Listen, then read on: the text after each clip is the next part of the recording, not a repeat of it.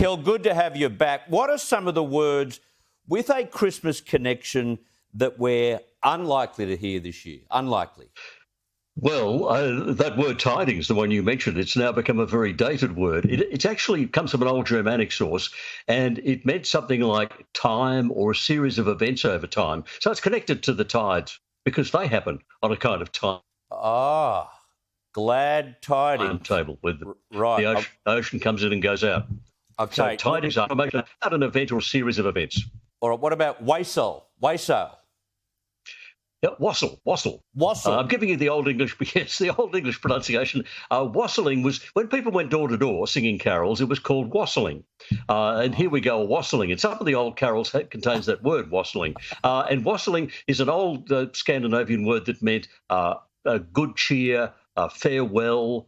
That kind of thing, and the idea was what you expected to get if you sang carols door to door was a cup of something really nice, something a bit alcoholic and a bit pleasant to drink. It would warm you up in the Christmas snow in England, and that was the wassail cup. So wassailing was quite a pleasant occupation in those days. Well, I have never even heard of it, and I can't even pronounce it. What about Donniferous? Oh, you won't hear this. This is an exceptionally rare word, but it is a word which you can actually bring into your conversation at Christmas over the table. Donniferous means bearing gifts. It is so rare. It was recorded in the 18th century. It turns up in a handful of old dictionaries and almost nowhere else. So I tell you what, if you do this at the Christmas table, you will be the only one who knows about it, and you will look like the smartest person at the table. Donniferous. Give it a go. So in context, I say, I'm feeling very donniferous. Here's your present.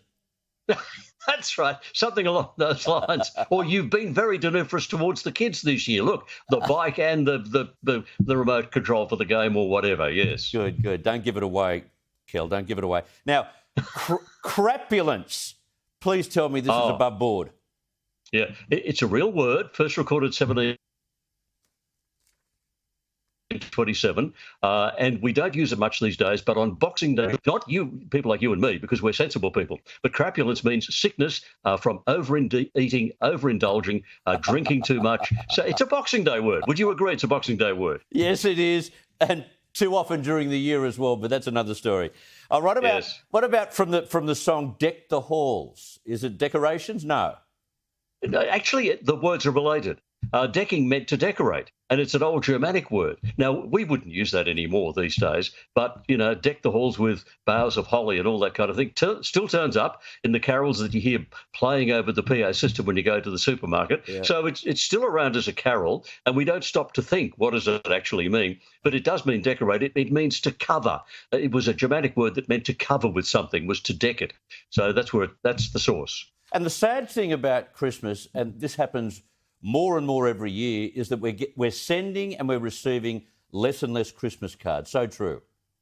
Absolutely. They used to fill the mantelpiece. And we've got a few this year, but very few. And some people send e-cards. I've got to tell you, Chris, I think e-cards are a bit of a cheat.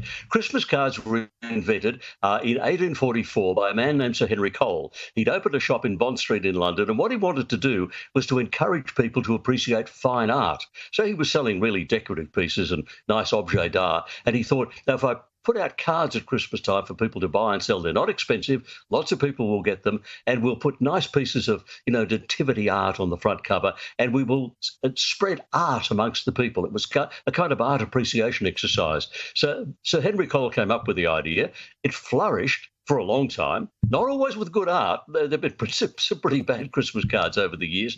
But now, for whatever reason, I don't know whether it's because we're not using the post anymore or what it is, but it's whether our connections with each other are not as strong as they used to be. But it does seem to be a dying art, doesn't it, Chris? Yes, it does. Although I spoke to someone on radio the other day that said she just sent 150 cards out, as she does every single year, and she is to be praised for her efforts.